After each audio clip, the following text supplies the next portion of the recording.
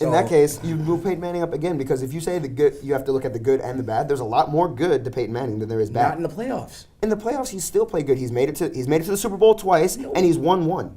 Many players don't even make it to the Super Bowl. But when you have that many 1-and-outs, his playoff record is below 500. That you cannot tell me that he doesn't have any culpability in that. Name something else bad about Peyton Manning besides his playoff record. You can't. One thing should not diminish your whole entire career from. I'm not diminishing his whole entire career. Right, but not putting him in the top 3. It seems like you're diminishing his career. All I'm saying is that you look at Joe Montana. Okay, can I ask you this? The perfect situation. Can I ask you this? Joe Montana. He won his playoff games, had great stats, 4 Super Bowls, MVPs, all that. Okay. Dan Marino, lack of talent, doesn't have a Super Bowl win, couldn't make it to the playoffs because of his lack of talent. But Dan Marino doesn't have, how can I say? He never really made mistakes in his losses. He just never made enough plays. So that's what I'm saying. Tom Brady, mostly because he had defenses early in his career, had, a good offenses and has changed receivers a lot more probably than anybody else, and that's in the top 5. And Peyton Manning, he has a bad playoff. Every quarterback has their negatives, but in terms of what you rate back with, their positives. Peyton Manning has great numbers, but you can't just go by the numbers. You have to go by what you do in those big moments, and I can't give it to him. That's exactly why I have Brett Favre down, because we all know how many bad performances Brett Favre's had in the playoffs. Okay, we all know what he did for my Vikings, so I'm not even going to get into that garbage of a game that the Vikings should have lost by 30, but somehow lost in overtime. I'm going to stop you right there and say you better not put that loss on Brett Favre. How many turnovers how many times did Adrian Peterson put the ball on the ground? How many times did the receivers put the ball on the ground? That game is not solely lost on Brett Favre. I'm not putting it all on Brett Favre, but I'm just saying he didn't play great in that game either. That's all. Neither did anybody else. All I'm saying is that we can't. I can't just sit here and say it was a team game when like Peyton Manning did nothing wrong or like Brett Favre did nothing wrong. Okay, they made mistakes, but so that diminishes who they are. Players make mistakes. Even Peyton Manning threw a pick this season. I understand. What I'm saying is you're diminishing him because of his playoff record. What if he had a winning playoff record, but he never made it to the Super Bowl, or yet he made it to the Super Bowl and never made one? Then I could understand if Peyton Manning had only won 1 Super Bowl and lost all the rest of his playoff games, I wouldn't give him anything. What if he won all of his playoff games? I'm talking Super Bowl. All of his playoff games and never won a Super Bowl, I would probably put him up higher. I honestly would. And to be honest, how many teams really game plan for Tom Brady? How many teams really game plan for Tom Brady? I don't really hear it. I don't really hear it that often. I hear him game plan for Rob Gronkowski. I hear him game plan for how they're going to play the receivers with Peyton Manning throwing the ball. Because obviously, how are they game planning for them right now? What? They're game planning for their receivers right now? Who? They're game planning for Aaron Dobson more than they're game planning for Tom Brady. That's a not this year. Statement. Not this year. Not this year. I'm not saying that. Of course, they game plan for Tom Brady. He's a great quarterback. Tom Brady has never. We've already discussed that Peyton Manning, over the course of his career, has more talent than Tom Brady did. I understand, and they still game plan for Peyton Manning. They didn't game plan for Tom Brady. Yes, they do. That's ridiculous. That is a stupid statement. How do they not game plan for Tom Brady? Why would you need to game plan for Tom Brady? Why would you need? Tell me why you would need to game plan for Tom Brady. Because he's a great quarterback. You can't say that. You can't say that they didn't game plan for Marvin Harrison. They don't game plan for Reggie Wayne. They don't game plan for Wes Welker. They did, but they did. Stupid statement. No, that's not a stupid statement. They say they game planning and not his receiver. They game plan for Tom Brady. I didn't say that. I didn't say that. You just said they don't game plan for Tom Brady. No, I didn't say that they didn't game plan for their receivers. But what I did say was that they game plan more for Peyton Manning. They don't really game plan for Tom Brady. When they have their people out there, they don't game plan. They game plan for Randy Moss. They game plan for Rob Gronkowski. They game plan for the other receivers they had. They don't game plan for him now. Maybe they game plan for Tom Brady a lot more since he's the only player they really have right now. So, but when people talk about the Colts, when Peyton Manning was on there, they talked about how great Marvin Harrison was, how great Reggie Wayne is, but you're game planning for Peyton Manning. How are you going to play Peyton Manning and how he's throwing to his receivers? They do the same thing for Tom Brady. Because Randy Moss was such a great player, I don't think Randy Moss was that much better than Marvin Harrison. How would you have to honest with game you. plan for So- How would you have to game plan for Tom Brady throwing to Randy Moss when we know Randy Moss is a Tom deep ball? Brady You would have to just game throw to plan. Randy Moss. You make it seem like Tom Brady had one great receiver, and that's the only person he threw it to. Oh, what but about, he what about also- Aaron Hernandez? he has- What about he had Ron Gronkowski, Aaron Hernandez, Wes Welker, and Randy Moss. on Yeah, one and they team. game plan So how have you to play game- Wes Welker. You don't game plan how you throw to Wes Welker because he runs short routes. You game plan how you play Wes Welker. No, You don't. I could throw to Wes Welker. But when Would that make me great? you can't throw to Reggie Wayne.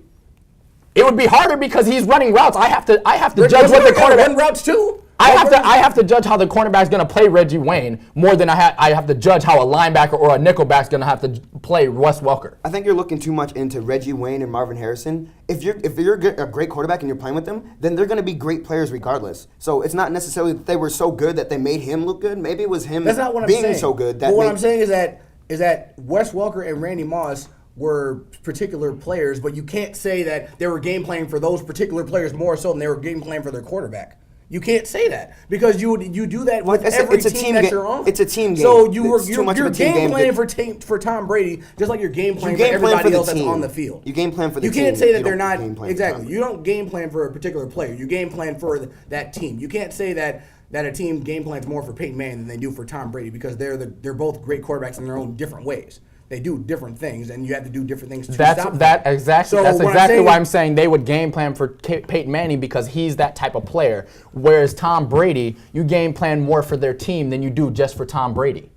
Because when they had, for example, they didn't. You game plan just for the Colts. Well, here's what I'm saying. You would for a particular player. But You here's what can't I'm say saying. that Like even they for game Randy plan- Moss and the team that they had, Randy Moss takes defenders away where the field leaves open for Wes Welker. Because that's the just type for of player example, I that know. he is. And that's what I'm saying. That he's a special type of player that's how their team worked. For the Colts, Marvin Harrison, 3 you could years, yeah. for 3 years. That's why I said for example. But he did break the record in those 3 years and made it to a Super Bowl. But with only Marvin Harrison- only 1 year he broke the record. Yeah, The other 2 but years, he also Randy made it Moss to the on that Super. team- He almost made it to the Super Bowl that year and almost went undefeated. No, I understand, but Tom Brady's been to 5 Super Bowls, and not only one of them was with Randy Moss. But what I'm saying is that you can't say that they were game planning specifically for Peyton Manning, but they don't game plan for Tom Brady. That's a stupid statement. You can't say that. How is Because- that I think stupid he's saying statement? it's harder to game plan for Peyton Manning than it is for Tom Brady. I would agree with that statement. That's fair, but you can't say they don't game plan for Tom Brady. They don't, but I'm saying that they don't as much for Peyton Manning. That's what I'm saying. And I'm saying because So- Peyton Manning's that special type of player, like most teams, if not all, come in saying that this is what we're trying to do to stop Peyton Manning.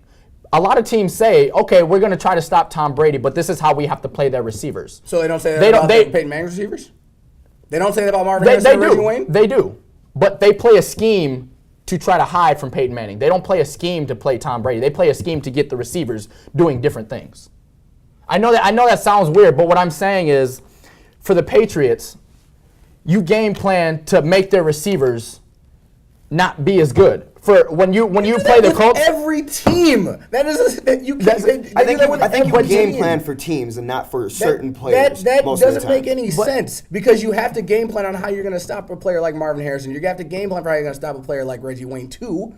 Like in terms of what calls are going to make on the field, in terms of Peyton Manning's going to audible out of this, audible out of that. He dictates based on what he sees on the field. What I'm saying, that's why he audibles or audible like that. Tom Brady makes audibles too. He just doesn't do it the same way that Peyton Manning does. They do it differently. They attack it in a different sense. Peyton Manning will get everybody lined up, see what the defense does, and then he'll make his audibles. Tom Brady would make his audibles on the fly and on the run. That's how when they develop their no-huddle offense. What I'm saying is that you have to game plan for whatever the team's going to do on that given day with the players that they have on that team. You can't say that, every week, our number one goal is to find a way to disrupt Peyton Manning's, offense. But they say the same thing about Tom Brady. We have to find a way to stop Tom Brady's offense, so you have to take away whatever you believe is their best asset. For Tom Brady, for a time, it was Randy Moss. For Peyton Manning, it was Marvin Harrison. But you have to game plan on how to stop those particular players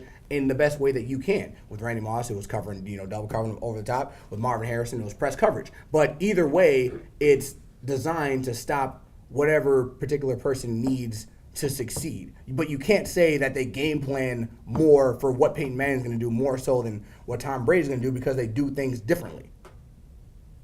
That's what I'm saying. But I'm saying that Peyton Manning is a better player. That's why they game plan more for what Peyton Manning does than Tom Brady. Do I think That's that what Peyton Manning is a better player right now? Yes. But do I think why do you think he's better? Why do you think he's better right now?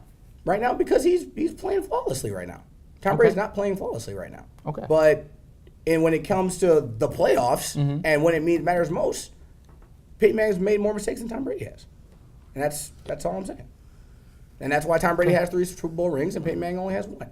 Because Tom Brady has made less mistakes and more plays when it mattered the most. Okay. Well, I think that's a very, very fair statement. But for me, this is the reason why I think Peyton Manning shoulders so much load on that team that every mistake that he makes is magnified. Whereas if Tom Brady was to make a mistake, it's not magnified because he has a better team around him to lift him up. He has a defense that can make that critical stop. He has multiple playmakers on his defenses. Yes, and one season over the course of his career, Okay. and one Super Bowl, he did have to win where he had to constantly score, and that was against the Carolina Panthers when it was a high scoring game. But the other games, such as the Rams, the Rams' first possession was a defensive touchdown by the Patriots. It was 17-14. The game was low scoring. Defense made a whole bunch of plays against the Bears in his Super Bowl year too. That's His true. defense- The Bears weren't a fair challenge. To the Colts that year. is fair. But what I'm saying is that in that Super Bowl, Peyton Manning didn't play great in that Super Bowl either. Yeah, like he that's only true. threw for 1 touchdown. He had a pick 2, and he only threw for something under 100 yards. I don't even think he should have won Super Bowl MVP that year. I think Dominic Rhodes should have won Super Bowl MVP that year. But that's another story for another day. But what I'm saying is that you can't just go by their runs. You have to go by their performances in these games. Yes, when Peyton Manning makes a mistake, it's more costly because he has maybe a worse defense to go with. But at the end of the day, he still made the mistake. That's what you have to judge, not by what's going to happen after somebody makes a mistake. You have to just judge the fact that you made a mistake, and that's costly. Regardless of what the other people have to do to support that, if you make a mistake, that's costly. That is true. Because you look at players like Tony Romo, who gets just as much criticism as anybody in the league.